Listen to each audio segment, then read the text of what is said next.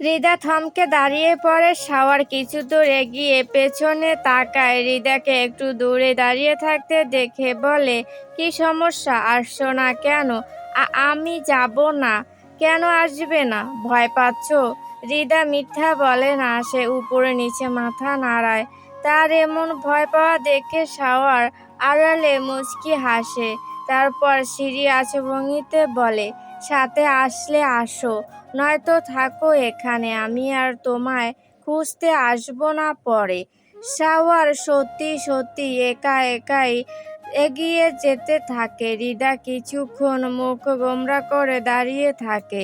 তবে হঠাৎই সেখানে একটা কুকুর দেখে রিদা তাড়াতাড়ি করে সামনে আগায়। তার আবার কুকুরে ভীতি আসে। ততক্ষণে বিকেল পেরিয়ে সন্ধ্যা নেমে গেছে। চারপাশে দিনের আলোয় কমে যাওয়ায় রাস্তায় ক্রিম আলোয় জ্বালিয়ে দেওয়া হয়েছে। ল্যাম্পপোস্টের আলোয় চারপাশ আলোকিত হয়ে আছে। শাওয়ার একবার পেছনে তাকিয়ে রিদাকে এগিয়ে আসতে দেখে আর কিছুই বলে না। স্ট্রিং লাইটের আলোয় রাস্তায় শাওয়ারের ছায়া পড়ছে। রিদা সেই ছায়া অনুসরণ করে যেতে থাকে। মাথা তুলে একবারও সামনে তাকায় না। রাস্তায় যে অংশে শাওয়ারের হাতের ছায়া পড়ছে, রিদা সেখানটায় নিজের হাতের ছায়া মেলানোর চেষ্টা করছে। তার সম্পূর্ণ মনোযোগ এখানে থাকায় সে একবারও খেয়াল করে না রাস্তার একপাশে পড়ে থাকা ইটের টুকরোর দিকে। ফলস্বরূপ হঠাৎই সে সেই টুকরোয় পা বেজে পড়ে যেতে নেয়। আর ধুম করে এগিয়ে শাওয়ারের পিঠের সাথে কপালে ধাক্কা খায়। ধাক্কা খেয়ে রিদা মাথা তুলে কপালে হাত ঘষতে থাকে। শাওয়ার পেছনে তাকিয়ে বলে, এখনো ছোট বসে আছো? বাচ্চাদের মতো খেলা করছো কেন? কোথায় বাচ্চাদের মতো করছি? নাকি আজ আমার হাত থেকে বাঁচার জন্য এমন বাচ্চাদের মতো বিহেভিয়ার করছো? আমি মোটেও বাচ্চাদের মতো বিহেভিয়ার করিনি। তাহলে বলছো তুমি বড় হয়ে গেছো? বাহ, তবে তো ভালোই। আজ রাতে তবে আমায় বাড়তি টেনশন করতে হবে না। শাওয়ারের এমন লাগাম ছাড়া কথায় রিদার গাল লাল হয়ে যায়। সে মাথা নামিয়ে লজ্জায় দাঁড়িয়ে থাকে। শাওয়ার এগিয়ে এসে রিদার হাত নিজের মুঠোয় ধরে নিয়ে এগিয়ে যেতে থাকে। এত সময় নষ্ট করে লাভ নেই। আমার প্রতিটা সময়ের কিন্তু অনেক দাম আছে। 1 মিনিট সময় নষ্ট করা ঠিক হবে না। রিদা পুতুলের মতো শাওয়ারের সাথে যেতে থাকে আর ভাবতে থাকে, না জানি শাওয়ার আজ কি করে তার সাথে। এমনি তার না বলে চলে আসায় রেগে আছে। তখন মামা সামনে ছিল বলে বাড়াবাড়ি করেনি। তবে নিশ্চিত বদ্ধ ঘরে তাকে আর ছাড়বে না। শাওয়ার বাসায় এসে রিদার ব্যাগ নিয়ে নিজের রুমে ঢুকে। এই সুযোগে রিদা পাশের রুমটাতে যেতে নেয়। শাওয়ার টের পেয়ে পেছন থেকে রিদার কোমর জড়িয়ে ধরে টেনে নিজের রুমে এনে বলে, গতবারের মতো দরজা আটকে বসে থাকার প্ল্যান করছিলে নাকি? আহা, গতবার তো আমাদের কোনো সম্পর্ক ছিল না, কিন্তু এখন তো আমরা হাজব্যান্ড ওয়াইফ। এখনো এসব লুকোচুরি খেলা শোভা পায় না বউ। রিদা কাঁপা কণ্ঠে বলে, আমি আপনাকে চিনতে পারছি না। আপনাকে কেমন অচেনা লাগছে। লাগবেই তো, কারণ আমি তো আগের রূপে নেই সোনা। আপনি আমাদের বাসাতেও এমন করেননি, কারণ তখন তুমি অসুস্থ ছিলে, সুযোগ পাইনি তো তখন। তাছাড়া শ্বশুর বাড়িতে থেকে এমন রূপ দেখালে তা ভালো দেখাবে না। আপনাকে ভয় লাগছে আমার। রিদাকে ভয় পেতে দেখে শাওয়ার মুখ এগিয়ে আলতো করে রিদার কপালে চুমু খায়। তারপর কানের কাছে মুখ নামিয়ে ফিসফিস করে বলে, সমস্যা নেই, পাও ভয়, একটু ভয় পেলে কিছুই হবে না, ভয়টা পরে আমি ভাঙিয়ে দিব। আপাতত ছেড়ে দিলাম। অনেকটা পথ এসেছো তো, ফ্রেশ হও, খাবার খাও, রেস্ট করো, তারপর তারপর ঘুমাবো না? আমার অনেক ঘুম পেয়েছে। আচমকা হৃদাকে এমন কথা বলতে শুনে শাওয়ার একটু থামে, তারপর হঠাৎ গা কাঁপিয়ে হো হো করে হেসে উঠে। হৃদাকে ছেড়ে দিয়ে বলে, পাশের রুমে যাওয়ার কথা ভুলেও ভেবো না। আমি ফ্রেশ হয়ে আসছি, তারপর তুমি যাবে। আমার কথার অবাধ্য হলে কিন্তু বিপদ আছে। শাওয়ার ওয়াশরুমে চলে যায় ফ্রেশ হওয়ার জন্য।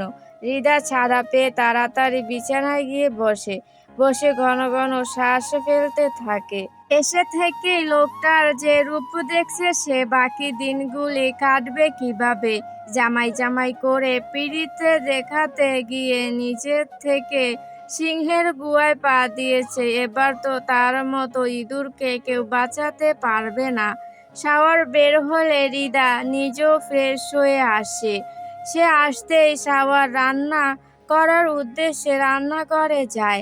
হৃদা নিজেও পিছু পিছু যায়। শাওয়ার জিজ্ঞাসা করে, তুমি রুমে যাও, শুয়ে রেস্ট করো, আমি রান্না শেষ করে ডাকবো। এমনিতে তো না জানিয়ে চলে এসেছো, আগে বললে রান্না করে রাখতাম। আগে বললে তো আসতেই না করে দিতেন। রান্না করে খাওয়ানো তো দূরের কথা, কথাটা বিড়বিড় করে বললেও মুখে বলে আজকে আমি রান্না করি। শাওয়ার ভ্রু উসকে বলে, পারবে তুমি রান্না করতে? কেন পারবো না? আপনার কি মনে হয় আমি কিছুই করতে পারি না? অবশ্যই পারো। তুমি পারো অভিমান করতে, পারো একটুতেই মন খারাপ করে ফেলতে, আর পারো ফোনের ওপাশ থেকে খালি কাছে আসার কথা বলে হৃদয়ে জ্বলন্ত আগুনে ঘি ঢেলে দিতে। আমি মোটেও এসব করি না। হ্যাঁ, তুমি করো না। এসব করে শুধু আমার একমাত্র বউটা, যার এতদিনে আমাকে জ্বালানোর সকল শোধ তুলব আমি আজ। নিজে থেকেই যখন ভালোবাসা পেতে এসেছো, তখন তোমার ইচ্ছে পূরণ করার দায়িত্বটা আমার। বাই দ্য ওয়ে, আজ কিন্তু আমার সম্পূর্ণ ছুটির দিন। হৃদা যথাসম্ভব শাওয়ারের কথা ইগনোর করতে চায়, তাই বলে, কি রান্না করব? তুমি কি রান্না করতে পারো? আপাতত বিরিয়ানি করতে পারি, বাসায় কয়েকবার করেছিলাম শখের বশে। বাসার সবাই খেতে পেরেছে, আপনি পারবেন আশা করি। শাওয়ারের হঠাৎ মনটা অনেক ভালো হয়ে গেল। আজই তো তার বিরিয়ানি খেতে মনে চাইলো, আর আজই হঠাৎ হৃদা চলে আসলো। এখন আবার সে এটাই রান্না করতে পারে বলল। সবই কি কোইন্সিডেন্স নাকি কি কি লাগবে বলো, আমি সব গুছিয়ে বের করে দিচ্ছি। গোস্ত আছে বাসায়? মুরগির গোস্ত আছে বোধ হয়, ফ্রিজে চেক করে দেখো। শাওয়ার একে একে সকল মশলার কৌটো এনে সাজাতে থাকে। হৃদা যখন ফ্রিজ খুলে তখন তার মনে হয় এতদিনে সে সত্যি তার নিজের একটা সংসার পেয়েছে। সে নিজের সংসারে আজ প্রথমবার এসে নিজের হাতে রান্না করবে স্বামীর জন্য। খুশিতে তার মনটা ভরে যায়। সে সব গুছিয়ে নিয়ে রান্নাঘরে যায়। তারপর গায়ে জড়ানো কামিজের ওড়নাটা আড়াআড়ি ভাবে বেঁধে কাজে লেগে পড়ে।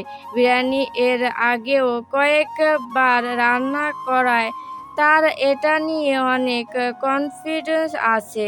তার রান্নায় শাওয়ার তাকে সাহায্য করতে থাকে, তবে তার নজর বেশিরভাগ হৃদার দিকে ছিল।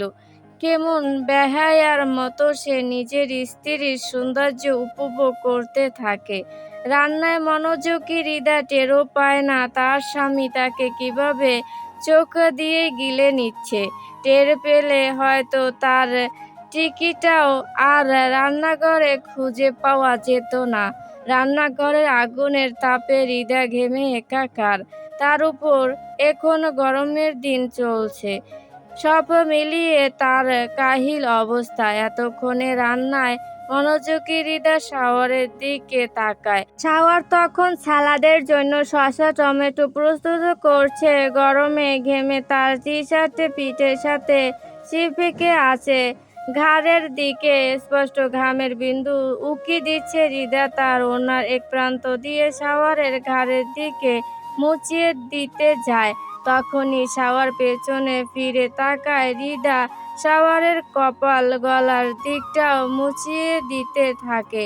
সুযোগ পেয়ে শাওয়ার তার কোমর জড়িয়ে ধরে, তাকে বাহুবন্ধনে আঁচকে ফেলে।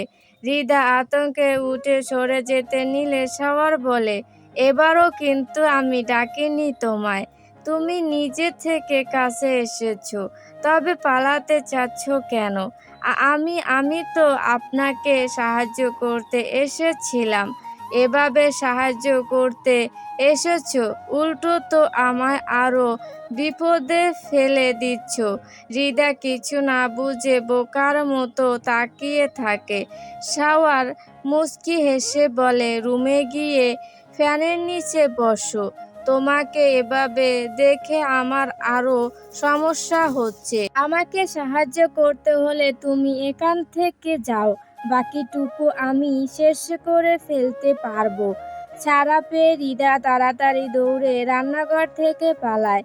শাওয়ারের কথাবার্তা ঘোর লাগানো দৃষ্টি তাকে শিহরিত করে তুলছে।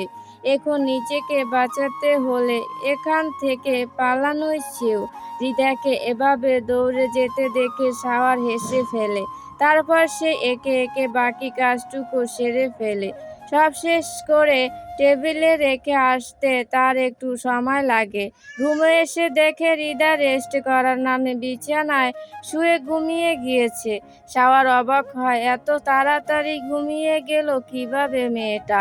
পরে বুঝে সারাদিনের পরিশ্রমে সে ক্লান্ত হয়ে পড়েছে, তাই আর নিজেকে সামলাতে পারছে না।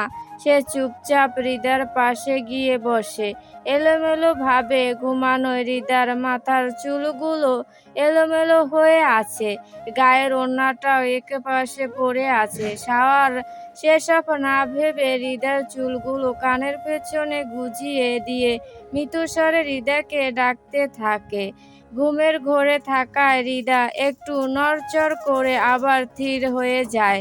তবে তাকে তো রাতের খাবার খেতে হবে, এত কষ্ট করে রান্না করে না খেয়ে ঘুমালে চলবে না। তাই সে জোর করে হৃদাকে ঘুম থেকে টেনে তোলে। এভাবে টেনে তোলায় হৃদা বিরক্ত হয়, চোখ মুখ কুঁচকে বিরক্ত নিয়ে খাবার টেবিলে বসে। শাওয়ার নিজেই তাকে খাবার বেড়ে দেয়। হৃদা আদৌ ঘুমে বসে আছে। ঘুমে তার চোখ দুটো কেমন ভারী হয়ে আছে। তাড়াতাড়ি খেয়ে তারপর গিয়ে শুয়ে ঘুমাও, এখানে বসে বসে ঘুমাতে হবে না। হৃদা অল্প মাথা নেড়ে বলে, খাবার মজা হয়েছে, তুমি রান্না করেছো বলেই মজা হয়েছে। হৃদা হেসে ফেলে। দুজনে খেয়ে একসাথে রুমে আসে। হৃদা বিছানায় শুয়ে পড়তেই শাওয়ার এসে তাকে বুকে জড়িয়ে ধরে শুয়ে পড়ে। তারপর হৃদার কানের কাছে মুখ নিয়ে বলে, ভালোই ফোন দিয়ে এঁটেছো তুমি বউ। ঘুমের ভাব দেখিয়ে আমার কাছ থেকে বাঁচার চেষ্টা, তবে লাভ কি? দিন শেষে তো সেই আমার কাছে আসতে হবে তোমায়। আজ আমি ছাড় দিয়েছি বলে বেঁচে গেলে, তবে যেদিন ধরবো সেদিন আর ছাড় পাবে না তুমি। হৃদা চুপচাপ ঘুমের ভাব করে শুয়ে থাকে। সত্যি বলতে তো তার খাবারের সময় ঘুম ভেঙে গিয়েছিল, তারপরও এমন ভাব ধরে বসেছিল। তবে এতদিন পরে শাওয়ারকে কাছে পেয়ে তার খুব ভালো লাগছে। তাই তো স্বামীর বুকে মুখ গুজে আরামে ঘুমের যে পাড়ি দেয়।